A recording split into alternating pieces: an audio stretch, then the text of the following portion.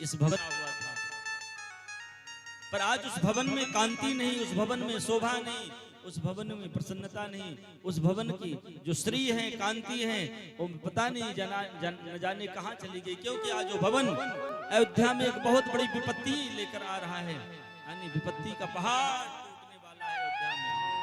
इसलिए उस भवन की सारी शोभा नष्ट है। महाराज दशरथ जी को बड़ी चिंता हुई कि आखिर ये भवन, इतना सुंदर भवन, आज इसकी कांति, उज्जवल कांति कहां चली गई। गवन निठरता निकट की जनु धरि दे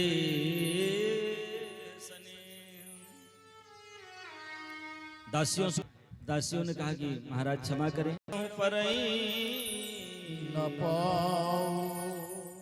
और कोप भवन का नाम सुनते ही महाराज चक्रवर्ती सम्राट एक क्षण के लिए बिल्कुल उनका मुख मुरझा गया और भय इतना उत्पन्न हुआ महाराज दशरथ जी को। जो महाराज चक्रवर्ती सदा निर्भय रहा करते, महाराज दशरथ जी को किसी से भय नहीं हुआ करता। महाराज दशरथ तो इतने प्रतापी राजा थे कि काल भी उनसे भयभीत होता, पर आज उतना बड़ा राजा स्वयं ये बात सुनते ही एक क्षण के लिए शरीर में भय व्याप्त हो गया।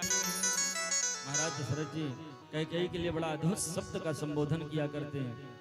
हे सुमुखी, हे सुलोचनी, हे पिकवचनी, हे गजगामनी, इन शब्दों का संबोधन करके कैकेयी को पुकारा करते। आज वही शब्दों का संबोधन करते हुए, हे कैकेयी, आखिर बात क्या है? ये तुम्हारे अप्रसन्नता का कारण क्या है? तुम चाहते क्या हो? तुम्हारा किसने अनहित किया है? तुम्हारा किसने अप्रिय किया है? तुम जिसे कहो उसको मैं राजा बना दूं, जिसको कहो मैं उसको देश से निकाला कर दूं, भिखारी बना दूं। तुम्हें तो पता है ना, प्रिया प्राण सुध सर्वस मोरे, परिजन प्रजा सकल बस तोरे। जो कछु करो कपट कर तो ही, भामिन सपत भामिन राम सपत राम दुइया मोरे भरत राम दुइया मोरे भरत राम दुइया की। मेरे तो दोनों नेत्र हैं, इनमें भी बिल्कुल किसी प्रकार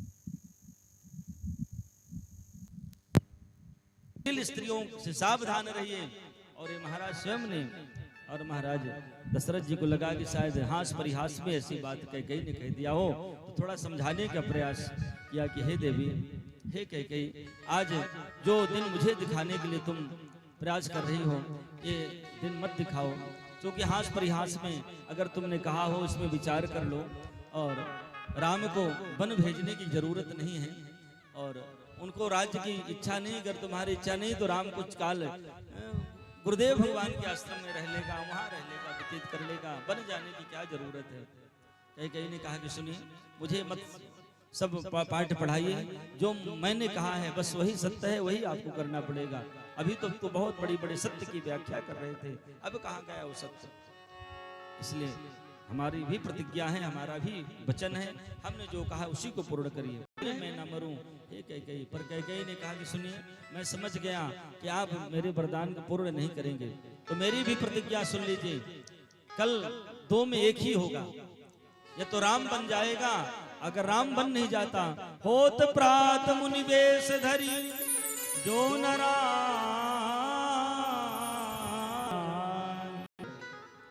कैकेयी, इतने अशुद्ध वाक्य का उच्चारण मत करो। हे देवी, तुम हमारा मस्तक मांग लो, मैं अपना मस्तक काट के अभी तुम्हारे चरणों में अर्पण कर दूंगा, और हमारे राम को वन मत भेजो।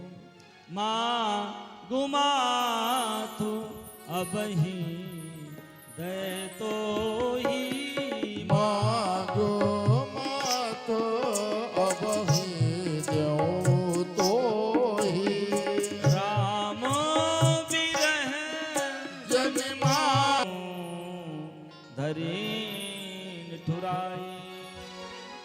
सब प्रसंग, जितना प्रसंग है सभी प्रसंगों को सुना दिया, सभी प्रसंगों को बता दिया, सभी प्रसंगों को जैसे राम जी ने सुना कि सब प्रसंग को सुन लिया अच्छी तरह से, उसी तत्क्षण मुस्कुराने लगे भगवान श्री राम जी। मन मुस्काई भानु कुल भानु मन मोर